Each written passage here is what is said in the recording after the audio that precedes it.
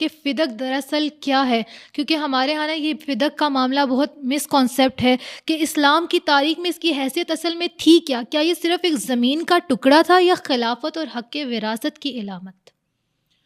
دیکھیں فدق کے بارے میں جو روایات ہمارے سامنے آئی ہیں، یقین کیجئے کہ ڈیپلی فدق کا مطالعہ کیا جائے تو انسان دھنگ رہ جاتا ہے۔ شہزادی کونین کی وہ ملکیت جو رسول اللہ کی طرف سے تحفے کے طور پہ شہزادی کے حوالے کی گئی، یہ ایک چھوٹا سا باغ نہیں تھا یا چند کھجوروں کے درختوں کی وہ جاگیر نہیں تھی، ایک وسیع و عریض احاطے پہ پھیلا ہوا یہ زمین کا ٹکڑا تھا، جبکہ جناب امام موسیٰ کاظم علیہ السلام کا واقعہ ہے کہ ساری زمین ہی فدق ہے۔ یعنی کیا مطلب کہ زمین کو اللہ نے جناب سیدہ کے نام کر دیا ہے، حق مہر حضرت زہرا یہ زمین ہے۔ آپ صرف فدق کی بات کرتے ہیں کہ فدق جناب سیدہ کا حصہ ہے، جناب سیدہ کی ملکیت ہے، یہ ساری زمین جناب سیدہ کی ملکیت ہے۔ بالکل صرف فدق پہ قبضہ کرنا غاصب نہیں انسان کہلاتا، فدق پہ قبضہ کرنے سے انسان غاصب نہیں کہلواتا، بلکہ اس پوری زمین پہ دشمنی سیدہ میں جینا،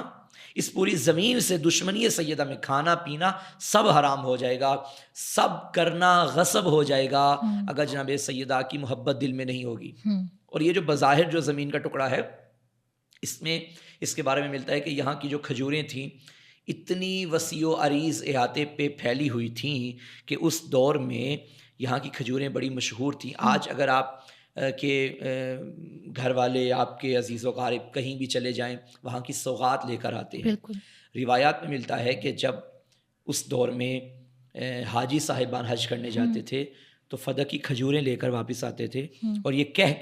کہہ کے بانٹتے تھے کہ یہ فدق کی کھجوریں ہیں، اور لوگ بھی اسے شوق سے قبول کرتے تھے کہ یہ فدق کی کھجوریں ہیں۔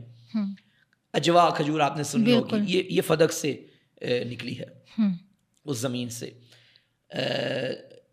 فدق کی چادریں بڑی مشہور تھیں، صحیح، ٹھیک ہے۔ کوفہ کی کھجوریں اور فدق کی کھجوروں کا مزاج ایک تھا، ذائقہ ایک تھا، ایون کہ ایک دور ایسا بھی آیا کہ دونوں کی مالیت ایک تھی، یعنی کوفہ وہ ہے جو مولا امیر کی حکومت کا شہر ہے، فدق وہ ہے جو جناب سیدہ کی حکومت ہے، تو یعنی دونوں کی زمینوں سے یکساں مالیت کا آنا دلیل ہے کہ واقعی علی و فاطمہ ہر لحاظ سے کف ہے۔ بالکل۔ تو جناب سیدہ نے اس کو جناب سیدہ کے حوالے جب رسول اللہ نے کیا تو باقاعدہ لکھ کے کیا، تاکہ میرے بعد کوئی پیاس نہ رہ جائے، کوئی کمی نہ رہ جائے، حجت تمام ہو جائے کہ یہ واقعاً جناب سیدہ کا حق ہے۔ اور جناب سیدہ وہی لینے کے لیے جب بابا کے بعد اس زمین پہ قبضہ کیا گیا، زمین پہ قبضہ کرنے کی کوشش کی گئی، تو شہزادی کونین خود لینے کے لیے، سوال کرنے کے لیے دربار میں گئی، اور دلیل کے طور پہ، ثبوت کے طور پہ اس سند کو بھی پیش کیا گیا۔ اس کے علاوہ جناب حسنین شریفین، جناب ام ایمن کو بھی گواہی کے طور پہ پیش کیا، کیونکہ جب جناب رسول خدا جناب سیدہ کو یہ ہبہ فرما رہے تھے، یہ ہدیہ دے رہے تھے، تب جناب ام ایمن موجود تھیں جناب سیدہ کے پاس، اور یہ گواہ تھیں کہ یہ واقعہ رسول اللہ نے۔ اور جب مد مقابل والے نے کہا کہ نبیوں کی تو میراث ہی نہیں ہوتی،